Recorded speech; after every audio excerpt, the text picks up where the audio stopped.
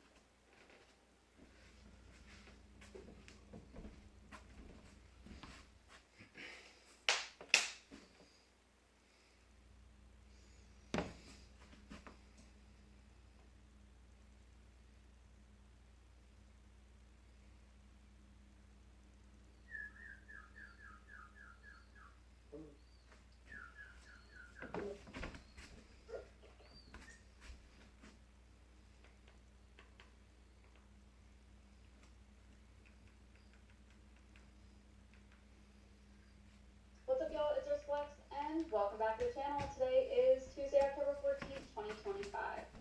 As usual, I'm waiting for the chat to kick in before I begin this video. How's everybody doing today? So nice to see you. It is a beautiful day here on the east coast of the USA. And I appreciate your patience. I am using a new broadcast software, so I'm taking a moment to make sure that I have everything figured out before I begin. Okay, yes, I see that things are flowing smoothly. How's it going, Lady Pure Blue? So nice to see you guys. We have an update on uncovering an elite ritual cult magic network. So take a moment and share the link around on your social media platforms. Senior Content Vibes is the best way to do it. I'm going to put this on, actually this is already streaming, I believe, on every platform. If my studying of this new software is working, then you should be seeing me on almost all of my platforms right now. Except for Instagram and X. So you have to pay to stream on X. Hit the thumbs up, I see you guys are already doing it. Give it a like, hit that little heart button. And we are just about to get into it. Let me see if I can pull up some of these. Oh, you had a rainy day. You had a roof leak. That's not good. What's going on in Massachusetts? Pennsylvania. MJ Squirrel. Come on. Let me see if I can pull these up. There we go. Puff it. Okay, ready to begin? Oh, we got Twitch in the house. Okay, I love that I'm able to stream on Twitch now too. Simultaneously. Maryland, hi Andrew Thomas. I see you have your Halloween costume figured out there. Central Florida. So nice to see you guys. Greetings, Oklahoma. Michigan. Alright, y'all. This network that I've uncovered, you probably already heard about it. It's just one of these things that there's a lot of different types of occult networks throughout the United States. And I'm not in that world, so quite frankly, I try not to pay attention to it. But when you find out that some of the most famous figures of the occult movements stem from this organization, it perks our ears up. Because this is probably then the most central one to all of them. More minds are greater than one. That's why I like when you share the video around and you join us here on the lives. because you can add your very valuable input. You guys are much smarter than me, and we can all give our input here, okay? So, let's see. Let me know if you're having any issues with the audio and video quality. Okay, so here we are looking at a map of a very interesting elite cult network. And they just celebrated one of their biggest holidays just about a day or two ago.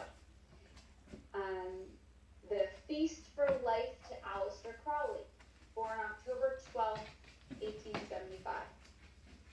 I got this picture off of the Instagram of one of the networks coming out of the New York area. Okay, their active Instagram post of the man that they celebrate. I don't know what this is. I imagine it's some sort of techie device, because they were very much into advanced technologies, and as I'm about to explain and show you, he was working with the leader of Scientology, L. Ron Hubbard, who at one point had more tech than the CIA, very advanced with their technologies, and very into the occult. Okay. And this is a network of some of these. Okay. This specific network, the Ordi Templi Orientis, was ran by L. Ron Hubbard at one point. L. Ron Hubbard completely took it over, and then he was having intercourse with the leader of it, and they were doing magic rituals together.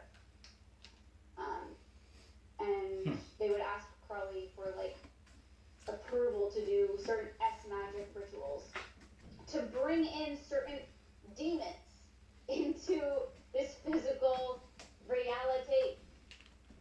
And these networks are still being utilized today by some of the world's global tech elite.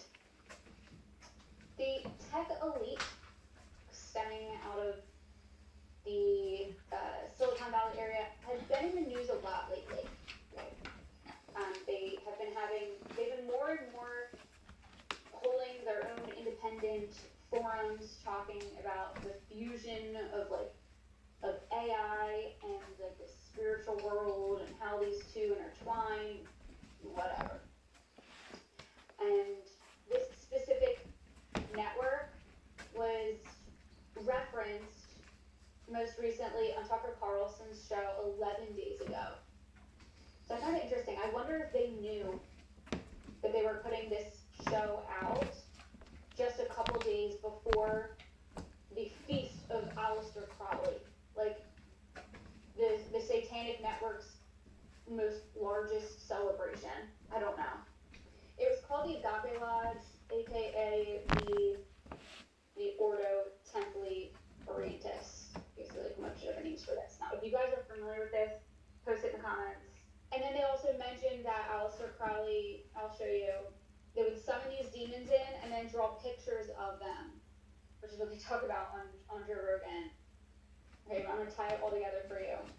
I'm just going to show you this. Distinction that I make in my mind, and it's between people who are participating in occult practices and have no idea that they are. Right.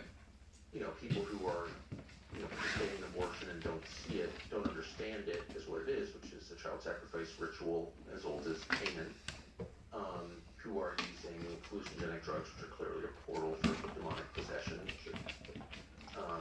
Really quick, the word witchcraft, in Greek, it's pharmakai, I think it is. So there's always a natural link between putting yourself on dough and being such a nerd about it. I knew it forwards and backwards. So when I started to get into the tech stuff, I realized I was researching the same thing. Yep. And they explain how a lot of the tech elite that are creating AI and tech machines in Silicon Valley are utilizing ketamine, and then they're all having the same experience of this one particular demon that they're communicating with.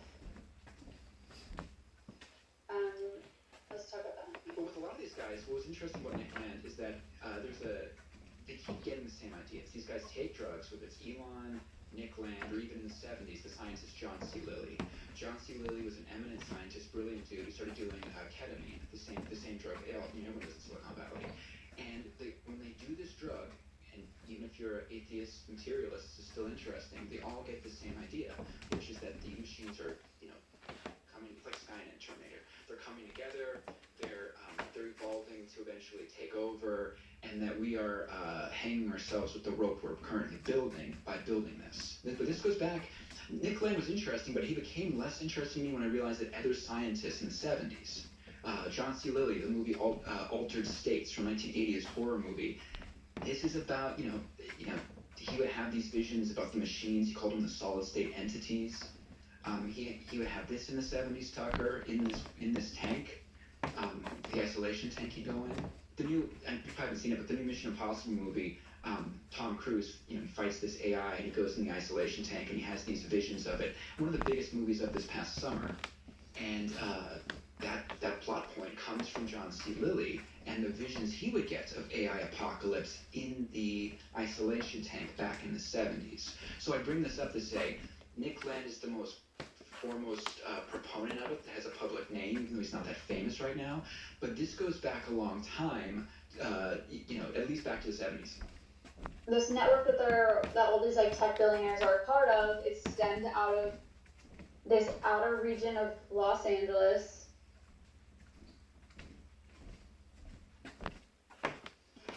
Around Pasadena, Arroyo Seco area is part of the avant-garde scene. And this is where Aleister Crowley would go, this is where L. Ron Hubbard would go. They would go to this place, they would summon these demons, and then they spread this throughout all of this network, throughout the entire US, that still does this today. Just be aware that they could be near you. They could be near you, summoning these demons into this physical world. And it all came from this one part of LA. What do you get?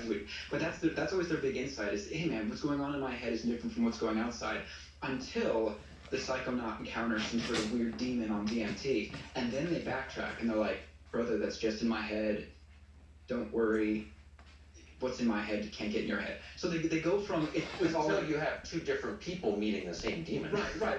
And then you realize, well, wait a second. Well, Psychonauts are maybe not the most logistically consistent. No, but I'm just saying, again, just to hammer the point again and again and again, because it can't be hammered hard enough, that there is a realm that exists outside of us over which we are not in control. Yes.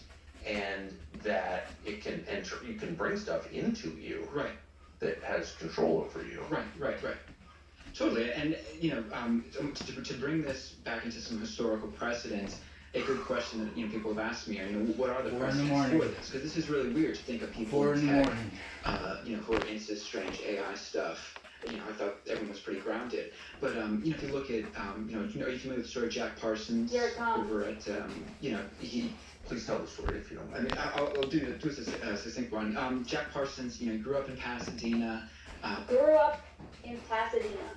Okay, so we're talking about this outer Hollywood area. He was brought on by I think it's Theodore von Karman, this scientist over at I think it's at Caltech, or eventually it was JPL. But he was real. So there's these scientists, these elite techies of this time, all becoming interested into the occult and summoning demons into this reality, all from this Hollywood area. Really, really into the occult. And he summoned the devil allegedly when he was 13, really into esoteric stuff. Part of this greater LA avant-garde scene.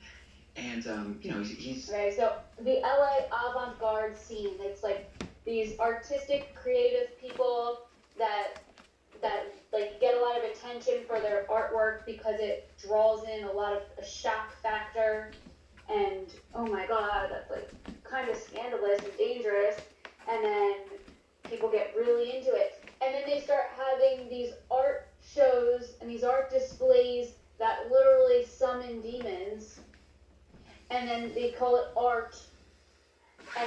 how, these elite are getting more and more people into the occult. I think I think it's been said he's the fourth most important person in the history of jet rocketry and stuff like that. But he was really into the idea of bringing in manifesting a supernatural being. So he would go with L. Ron Hubbard, the founder of Scientology. And I know that Scientology say that L. Ron Hubbard was doing intelligence work. He wasn't really into this stuff, but he would go with L. Ron Hubbard into Okay, so we have L. Ron Hubbard, the founder of Scientology, going to this camp with Aleister Crowley, Satanists that would do gay ass magic together in the Hollywood area to bring demons into this world. And then they spread this throughout America through this organization, right? You still worship him today. Pasadena, where they go, and they do rituals there, and try to manifest, a kind of supernatural figure. So there's a classic example there in science literacy of people who are brilliant scientists, but who are into incredibly strange stuff. And the guy. I noticed that a lot of the scientists are working on technology that kills people. Yeah, they also do that too. And the guy that brought him on. Well, Parsons was doing that. Well, ultimately, the technology was used to kill people. Which one are you referring to? The rocketry. Oh yeah, rocketry wasn't. What's funny too is he either he or Von Karman, they donated to my friend Rick Spence. He's like the Doc Brown to my Marty McFly. He's this historian I brought on for my show trying to do it, and he's an expert on Parsons and this stuff. And he pointed out to me that Parsons and Von Karman, that they were part of the Pasadena Cell 122 of the Communist Party, which is, he said, the exact same one that, I forget if it was Robert or Frank Oppenheimer in Pasadena were also donating money to. So there's an incidental, funny historical connection there between Oppenheimer and Parsons and, the Communist Party. But, as if we needed more evidence that nuclear weapons are demonic. Well, I know this upsets certain people on the so-called right. Try new Voltacare cream with 4 pain-fighting ingredients for fast cooling pain relief.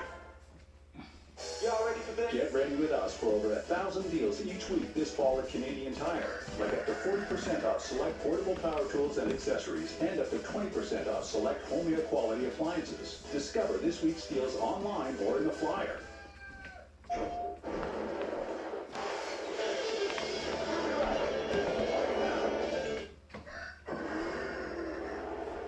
I've been thinking about the show. For the next 30 days, everyone in the country is trying to murder me.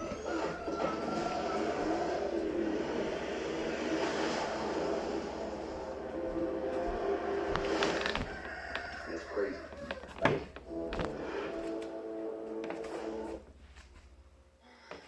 So here's the Agape Lodge. Alright, forget it. They're still operating today, and they're still celebrating Aleister Crowley. Now, a lot of people that follow this will be like, no, it's not Satanism. Like, Aleister Crowley, he just liked to give into that persona. Like, people thought he was a Satanist, but he wasn't really a Satanist. But he would just like go along with it. But that's still the same thing as actually doing it. And Father Ripperger, in his books, who's a exorcist, that has to do the dirty work and pull these demons out of people, explains this. Like, you can play up this sensationalist stereotype of being a Satanist, and that's exactly what you are if you do that, because you're promoting it. You're getting more people interested in it. He didn't pretend that he advocated for human sacrifice. No, you literally are. Like, if you are a public figure and you're saying, Satanism is okay, human sacrifice is okay, then you can do it, then that means you're telling people to do it, okay? And that's Satanism. Whether you believe it or you ain't. Despite being either BS. He was. He did. So when he literally manifested a demon through the rituals that they still practiced today in all of these camps and lodges throughout America. And then they draw pictures of them. You best believe that this is exactly what they're trying to do. Okay, so on the Joe Rogan show from 5 years ago, I found this clip that they showed you what Aleister Crowley manifested. He actually drew a picture of it. He's doing a ritual. And for a moment, allowing yourself to imagine that you're trying to talk to an extra dimensional being. Aleister Crowley famously did one of these rituals and contacted I can't remember what the being was called, but it looks like a gray alien. This is before people were talking about gray aliens. We looked at it. Did he draw it? He drew it. There's a drawing of it, yeah. And it looks like a gray alien. It's What like, year was this? it's like the 1800s. When you see people that are hairy and brutish, we think of them as being like closer to prehistoric man, right? Yeah. We see a guy covered in hair, he looks more like a beast. Yeah. And when we see people that are thinner and more slender, they become more a gentle version of people. And we associate that oftentimes with intelligence. We associate directly with a cigarette in your hand. Wow, look at that drawing by Aleister Crowley. Yeah. That does look like a gray alien. Yeah, man. And he That's what we're gonna look like, man. Let's cut the shit. Yeah. Right? That's what we're gonna look like. Right? When you see people that are hairy, Okay, so there's people that are worshiping Aleister Crowley. Okay, they just got done celebrating their feast of life to Aleister Crowley just a couple days ago. The dude that manifested this thing. and brutish, we think of them as being like closer to prehistoric man, right? Yeah. We see a guy covered in hair, he looks more like a beast. From one planet to the other. Imagine what we've done with our stupid monkey brains. Now imagine if This is interesting news today. China arrests 30 underground church leaders. Okay, 30. A part of this church, one of China's largest unregistered Christian networks. They were banned in 2018, but they continued in secret. These are things that are lesser discussed in mainstream in the United States, but it still continues to go on. It's this underground, this dark persecution of Christians throughout the entire world, and it doesn't stop. So it's important to talk about this because it's a reality that we're seeing in conjunction with all of these other creepy, concerning things that the techies are manifesting. Uber's there, and we just want to know. We just want to know what's going on. That's all. We just want to know what they're doing over at CERN. We just want to know if there's any way that we can stop it. Maybe prayer. Maybe prayer. I know personally the St. Benedict medals, they work. The miraculous medals, they work for me. And prayer, using Jesus' name 3 times. You say that. Or Archangel Michael prayer. He's great in the battle between evil in this world. What do you guys think? Have you noticed any particular tools that can help you when you come across something particularly demonic in your everyday life?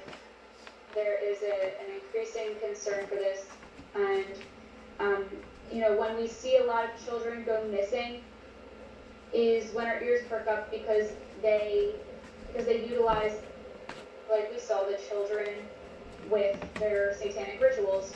And this is breaking news. It was just announced that in Texas there's this massive child trafficking network bust. And it's just a lot of the children that are coming over from South America, undocumented. More than 30 children were rescued in a trafficking operation in a major U.S. city. So it's called Operation Lightning Bug. So this happened in Texas. It stemmed from San Antonio.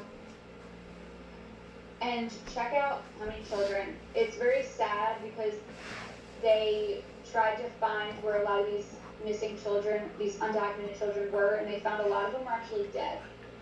you on an exclusive tour of the HHS War Room as agents track unaccounted for illegal minors who were released to unvetted sponsors during the Biden administration. It is a situation officials say should have never happened. Our correspondent Brooke Taylor is in Dallas tonight. It can be heart-wrenching work to try and identify these children and make sure that we're saving lives. Fox gets an exclusive look at the effort to track down the tens of thousands of unaccompanied minors who crossed the border under the Biden administration. We found kids in very deplorable conditions, very dirty conditions. We found children who have been raped. Between January 2021 to December 2024, more than 470,000 unaccompanied migrant children entered the U.S., according to the Health and Human Services Department. Under the last administration, there was a severe lack of screening. There was no DNA testing to see if there was a familial connection. Children were released to people that said they were their parents who were not. A DHS Office of Inspector General report revealed from 2019 to 2023, over 31,000 addresses of these children were blank, undeliverable, or missing apartment numbers. Now a team that volunteered for the mission from agencies including the FBI and Homeland Security investigations are analyzing records and tracing addresses to determine where these minors ended up. We're talking about debt bondage, where children are being made to work off debt, trafficking debt. We're talking about children that were brought into situations and then treated like sexual slaves. More than 22,000 unaccompanied children have been found so far under this program. They also say 400 sponsors have been arrested, and sadly, they say 27 of the children were found dead. We will continue to knock doors as long as we can to ensure that we find every single child. And under the Trump administration, sponsors now are required to get DNA tested, fingerprinted, and also show proof of income. We have reached out to Biden officials, but we have not heard back for a response, Aisha. Alright, y'all, so that's pretty important stuff. I'm trying to find out, like, more of the current living elite famous people that are in the Ordo Templis, the cult group, but it seems pretty vague. They call it a fraternal order. Okay, so it's gonna be mostly men. Let's just click on some of these and see what we find. So here's the New York one, Tahuti Lodge. They call themselves the Fraternal Occult Order. They use the books from Aleister Crowley. They're active. Make no mistake. Make no mistake. They are summoning in demons. This is a network summoning in demons. Hello. Look at the images up here, okay? They believe it goes back to these Egyptian gods that had part human, part animal. Okay, so what did the Bible say about the merging of humans and animals? Back to map, let's see. I mean, I'm particularly interested about the ones up here near northern Jersey because of Brittany Tammy. Oh, Glenn, thank you so much for your super chat. Did you guys see that pop up on the screen? This seems to be a new feature with the software that I have. I certainly saw it. Glenn, thank you so much. I really appreciate the donations coming through. That really helps. And then let's take a look at the Connecticut one. Some of these I've noticed are like their page goes down. Okay, this one's still active too. Alright, it seems like it stemmed from New England where Aleister was from. Born to a wealthy family, he rejected his Christian roots. It was either Aleister Crowley or L. Ron Hubbard. I think it was Crowley that would send his family like anti-Christ letters around Catholic holidays, like intentionally mocking the Christian religion, which is bizarre. Like, if you want to believe in your own thing, believe in your own thing, but then don't like go ahead and if you're mocking someone else's religion, then you know that they're doing something good. So let's see what they're doing. Okay, so